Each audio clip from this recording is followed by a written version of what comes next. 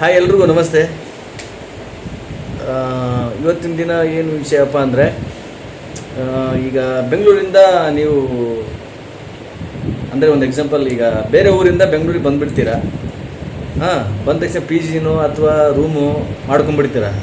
ಮಾಡಿದ ತಕ್ಷಣ ಏನು ಮಾಡಿದ್ರೆ ನಿಮ್ಮ ಕೆಲವೊಬ್ಬರು ಮೈಂಡ್ ಸೆಟ್ಟಲ್ಲಿ ಏನಿರುತ್ತೆ, ಜಿಮ್ ಮಾಡಬೇಕು, ನಾನು ಫಿಟ್ನೆಸ್ ಮೇಂಟೈನ್ ಮಾಡಬೇಕು ಅನ್ನೋ ಒಂದು ಭಾವನೆ ನಿಮ್ಮಲ್ಲಿ ಬರುತ್ತೆ. ಯಾಕಂದರೆ ಈ ಬೆಂಗಳೂರಲ್ಲಿ ಕಾಮನ್ ಆಗಿ ಜಿಮ್ ಎಲ್ಲ ಅದು ಒಂದು ಫ್ಯಾಷನ್ ಆಗಿದೆ. ಆ ಫ್ಯಾಷನ್ ನೋಡಿಕೊಂಡು ನಾವು ಕೂಡ ತುಂಬ ಫಿಟ್ ಆಗಬೇಕು, ಸ್ವಲ್ಪ ಎಲ್ಲರಿಗೂ ಲುಕ್ಕಾಗಿ ಕಾಣಬೇಕು ಅನ್ನೋ ಒಂದು ಮನೋಭಾವ ನಮ್ಮಲ್ಲಿ ಬರೋದು ಕಾಮನ್ ಆಗಿರುತ್ತೆ. ಯಾಕಂದರೆ ಈಗ ಜಿಮ್ ಅನ್ನೋದು ಒಂದು ತುಂಬ ಸ್ಟೈಲ್ ಆಗಿದೆ ಅಲ್ವಾ. ಆ ಸ್ಟೈಲ್ನ ಯಾವ ರೀತಿ ನಾವು ಮಾಡ್ಕೋಬೇಕು. ಈಗ ಒಂದು ಎಕ್ಸಾಂಪಲ್, ನೀವು ಪಿ ಜಿಲೋ ಅಥವಾ ರೂಮಲ್ಲಿ ಇರ್ತೀವ, ನೀವು ಬೆಂಗಳೂರಿಂದ ಬೇರೆ ಯಾವ್ಯಾವ ಊರಿಂದ, ನಮ್ಮ ಕರ್ನಾಟಕದಲ್ಲಿ ಯಾವ ಜಿಲ್ಲೆಯಿಂದ ಬರ್ತೀರಾ ಅಥವಾ ಇಂಡಿಯಾದಲ್ಲಿ ಯಾವ ರಾಜ್ಯದಿಂದ ಬರ್ತೀರಾ, ಓಕೆನಾ. ಬಂದಮೇಲೆ ಏನು ಮಾಡ್ತೀರಾ, ನೀವು ಒಂದು ಬಂದ ತಕ್ಷಣವೇ ಜಿಮ್ ಹಚ್ಚಕ್ಕೆ ಹೋಗಬಾರ್ದು, ಓಕೆನಾ. ಜಿಮ್ ಹಚ್ಚಲೇಬಾರ್ದು. ಯಾಕಂದರೆ 1-2 ತಿಂಗಳವರೆಗೂ ತಡಿಬೇಕು, ತಡ್ಕೊಂಡು ನೋಡ್ಕೋಬೇಕು, ಒಳ್ಳೆ ಏರಿಯಾಗಳು ನೋಡ್ಕೋಬೇಕು. ಆಮೇಲೆ ಇನ್ನೊಂದು ಫುಡ್ಡನ್ನು ಚೆನ್ನಾಗಿ ಮೇಂಟೈನ್ ಮಾಡಬೇಕು. ಬಂದ ತಕ್ಷಣವೇ ನೀವು ಇನ್ನೂ ಫುಡ್ಡು ಇಲ್ಲಿ ಚೆನ್ನಾಗಿರಲ್ಲ, ಪಿ ಜಿಲಿ ಚೆನ್ನಾಗಿ ಕೊಡ್ತಾರೋ ಇಲ್ವೋ ಗೊತ್ತಿಲ್ಲ. ಆಮೇಲೆ ನೀವು ರೂಮ್ ಮಾಡ್ತೀರಾ, ಊಟ ಚೆನ್ನಾಗಿ ಮಾಡ್ಕೊತಾರೋ ಇಲ್ವೋ ಗೊತ್ತಿಲ್ಲ, ಅದ್ರಲ್ಲಿ ಪ್ರೋಟೀನ್ ಇರುತ್ತೋ ಗೊತ್ತಿಲ್ಲ. ಈ ಕಾರಣದಿಂದ ನಿಮಗೆ ಬಾಡಿಲಿ ತುಂಬ ತೊಂದರೆ ಆಗುತ್ತೆ. ಯಾವಾಗಲೂ ಬೆಂಗಳೂರಿಗೆ ಬಂದ ಮೇಲೆ 1-2 ತಿಂಗಳು ಆಗೋವರೆಗೂ ಜಿಮ್ ಎಲ್ಲ ಮಾಡೋಕ್ಕೆ ಹೋಗ್ಬಾರ್ದು. ನಿಮ್ಮ ಕೆಲಸ ಪರ್ಫೆಕ್ಟ್ ಆದಮೇಲೆ, ನಿಮ್ಮೆಲ್ಲ ಒಳ್ಳೆ ಪ್ಲೇಸ್ಗಳೆಲ್ಲ ಪರ್ಫೆಕ್ಟ್ ಆದಮೇಲೆ, 2 ತಿಂಗಳಾದಮೇಲೆ ಪ್ಲೇಸು, ನಿಯರ್ ಜಿಮ್ ಏನಿಲ್ಲ ಅಂದರೆ ಜಸ್ಟ್ ಒಂದು 200 ಮೀಟ್ರ್ ಅಥವಾ 1 ಕಿಲೋಮೀಟ್ರ್ ಒಳಗಡೆ ಅಥವಾ 500 ಮೀಟ್ರ್ ಒಳಗಡೆ ಇದ್ದರೆ ಒಳ್ಳೆಯದು. ಯಾಕಂದರೆ ನಿಮಗೆ ಜಾಬ್ ಹೋಗ್ತಾ ಇರ್ತೀರಾ, ಯಾಕಂದರೆ ಬೆಳಗ್ಗೆ 9 ಗಂಟೆಗೆ ಇರುತ್ತೆ. ಬೆಳಗ್ಗೆ ನೀವು 5 ಗಂಟೆ ಜಿಮ್ ಹೋದ್ರೂ 1 ಅವರ್ ಜಿಮ್ ವರ್ಕೌಟ್ ಮಾಡಿದ್ರೂ ಹೆಂಗಾದರೂ ನಡ್ಕೊಂಡು ಹೋಗೋದು ಇದಂತೇಳಿ ಟೈಮ್ ಹಾಗೇ ಆಗುತ್ತೆ. ಹಾಗಾಗಿ ಬಂದ ತಕ್ಷಣ ನೀವು ಅವಸರದಲ್ಲಿ ಕೆಲಸಕ್ಕೆ ಹೋಗೋ ರೀತಿ ಚಾನ್ಸ್ ಜಾಸ್ತಿ ಇರುತ್ತೆ. ಹಾಗಾಗಿ ಈ ಎಲ್ಲ ಸಮಯಗಳನ್ನು ಅಡ್ಜಸ್ಟ್ ಮಾಡಿಕೊಂಡು ಹೋಗ್ಬೇಕಂದ್ರೆ ನೀವು ಬಂದ ತಕ್ಷಣವೇ ಯಾವಾಗಲೂ ಜಿಮ್ ಬೆಂಗಳೂರಲ್ಲಿ ಜಿಮ್ ಹಚ್ಚಲೇಬಾರ್ದು, ಓಕೆನಾ. ಓಕೆ, ನೆಕ್ಸ್ಟ್ ಪಾಯಿಂಟ್,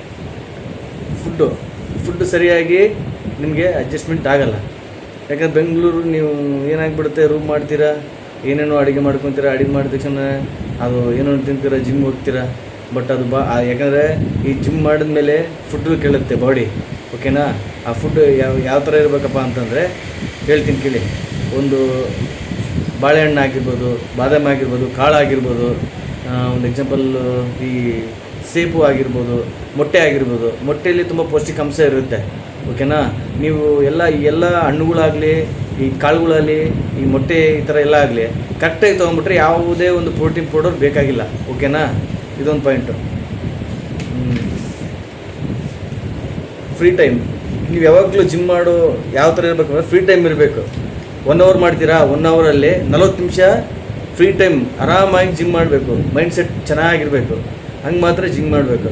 ಯಾಕಂದರೆ ನೀವು 1 ಅವರಲ್ಲೂ ಟೈಮ್ ಇದ್ದರೆ 10 ನಿಮಿಷ ಹೋಗೋಕ್ಕೂ 10 ನಿಮಿಷ ಬರೋಕ್ಕೂ ಅಂದ್ರೂ 40 ನಿಮಿಷ ಟೈಮ್ ಇರುತ್ತೆ. 40 ನಿಮಿಷದಲ್ಲಿ ಟೈಮ್ ವೇಸ್ಟ್ ಮಾಡ್ದಂಗೆ ಏನಿರುತ್ತೆ ಅದು ಮಾಡಲೇಬೇಕು.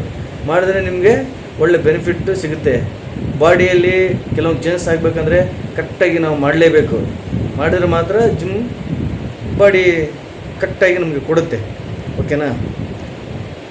ಇನ್ನೂ ಒಂದು, ಈಗ ಯಾವಾಗಲೂ ನಾವು ಪರ್ಫೆಕ್ಟ್ ಯಾವ ಥರ ಪರ್ಫೆಕ್ಟ್ ಆಗಬೇಕಪ್ಪ ಜಿಮ್ಗೆ ಹೋಗ್ಬೇಕಾದ್ರೆ ಮೈಂಡ್ ಸೆಟ್ ಹೆಂಗಿರಬೇಕು.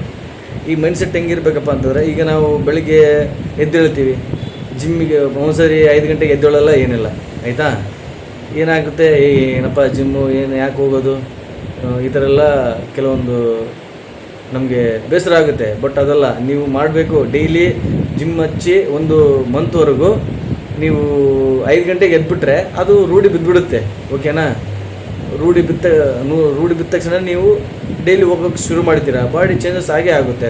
ಆಮೇಲೆ ಜಿಮ್ಮು ಯಾವಾಗ ನೀವು ಮಾಡಿ ಬಂದ ತಕ್ಷಣವೇ ಏನಾಗುತ್ತೆ, ರನ್ನಿಂಗ್ ಮಾಡಿರ್ಬೋದು, ಜಿಮ್ ಮಾಡಿಕೊಂಡು ಮನೆಗೆ ಬಂದಾಗ ಇಮ್ಮಿಡಿಯೇಟ್ಲಿ ಸ್ನಾನ ಮಾಡೋಕ್ಕೆ ಹೋಗ್ಬೇಡಿ, ಮುಖ ತೊಳಿಬೇಡಿ. ಯಾಕಂದರೆ ಹಾಫ್ ಆನ್ ಅವರ್ವರೆಗೂ ಏನು ಇಲ್ಲ, ಹಾಫ್ ಆನ್ ಅವರ್ ಅಥವಾ 10 ಮಿನಿಟ್ಸ್ವರೆಗೂ ಏನು ಮಾಡೋಕ್ಕೆ ಹೋಗ್ಬಾರ್ದು.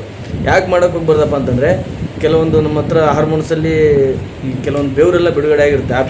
ಆ ಬೆವರಲ್ಲಿ ಪವರ್ ಇರುತ್ತೆ, ಓಕೆನಾ. ಆ ಪವರು ನಮಗೆ ಅಡ್ಜಸ್ಟ್ಮೆಂಟ್ ಆಗೋವರೆಗೂ ನಾವು ಸ್ನಾನ ಮಾಡಲೇಬಾರ್ದು, ಓಕೆ. ಇಷ್ಟು ಈ ರೀತಿ ಈ ವಿಷಯ ಆಗಿತ್ತು, ಓಕೆ. ಎಲ್ಲರೂ ಈ ವಿಡಿಯೋ ಚೆನ್ನಾಗಿದೆ ಅಂದರೆ ಶೇರ್ ಮಾಡಿಕೊಳ್ಳಿ, ಲೈಕ್ ಮಾಡಿ, ಸಬ್ಸ್ಕ್ರೈಬ್ ಮಾಡ್ಕೊಳ್ಳಿ. ಓಕೆ, ಇನ್ನು ಮುಂದೆ ಇದೇ ಥರ ಒಳ್ಳೆ ವಿಷಯವನ್ನು ತರೋಕ್ಕೆ ಇಷ್ಟಪಡ್ತೀನಿ.